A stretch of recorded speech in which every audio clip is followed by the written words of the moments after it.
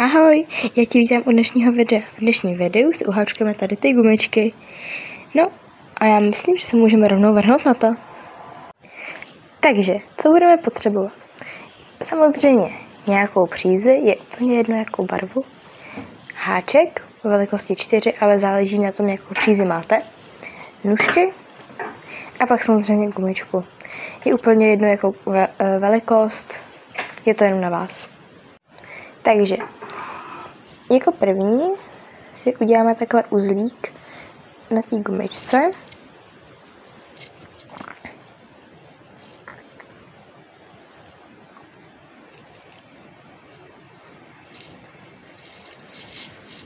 Tak. Vezmeme háček, tak ho tam vyrovlíkneme, namotáme si to na prst, takhle a uděláme vlastně řetízkové oko. A tady tím stylem uděláme, obháčkujeme vlastně celou gumičku. Takže takhle, takhle a takhle. Vlastně celou dobu děláme krátké sloupky.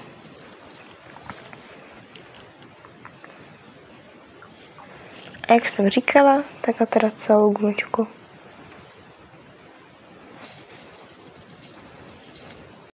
Tak, když mám takhle celou gumičku, tak odstřihneme tady ten tancourek. Teď ten ušpíchneme. Tak. A teďko píchneme do krátkého sloupku. Uděláme zase normálně krátký sloupek, nic neobvyklého. A teď děláme 5 řetízkových ok. 1, 2, 3, 4 a 5. Tak. A píchneme úplně do toho stejného sloupku. A zase uděláme krátký sloupek, jo? A takhle ještě 2krát, takže 1,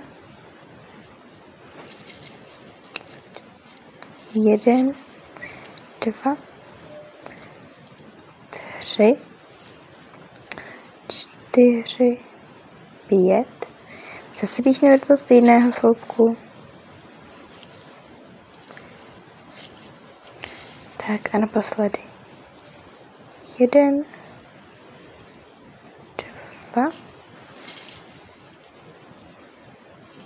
2, 3, 4 a 5.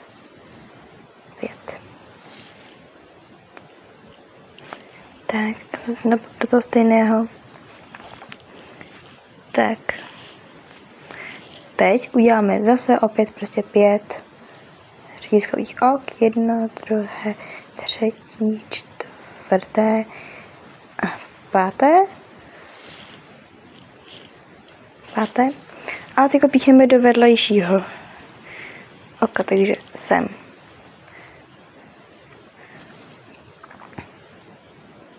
A zase 5 krátkých sloupků, teda řetízkových ok. 1, 2, 3, 4 a 5.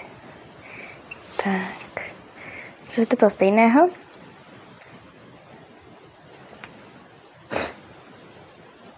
A zase 1, 2, 3, 4 a 5. Do toho stejného.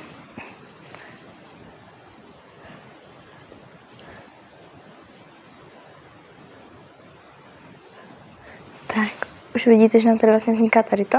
Jsou tady ty vlastně vlnky. Tak, zase uděláme 5 řetízkových ok. 1,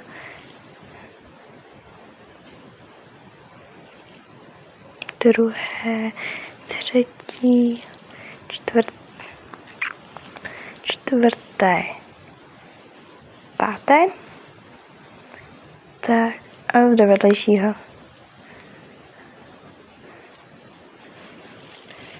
Tak a takhle děláme vlastně celou řadu, teda celou gumičku. Tak, já mám hotovo. ještě to tady takhle prodloužím, táhnu, tak, ušmyknu a zavážu, klidně na 2 uzly, to je jedno, ať se to hlavně nevypárá.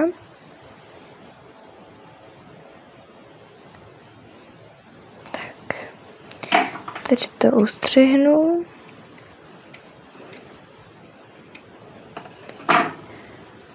Hotovo. Já jsem moc ráda, že jste to dokoukali až do konce. Budu moc rád, pokud se vám video líbilo, tak budu moc ráda za like, odběr a nějaký hezký komentář. No a pokud byste měli nějaký nápady, co ještě dalšího bych mohla uháčkovat, tak určitě napište do komentářů. Budu za to jedině ráda. A moc děkuju a ahoj.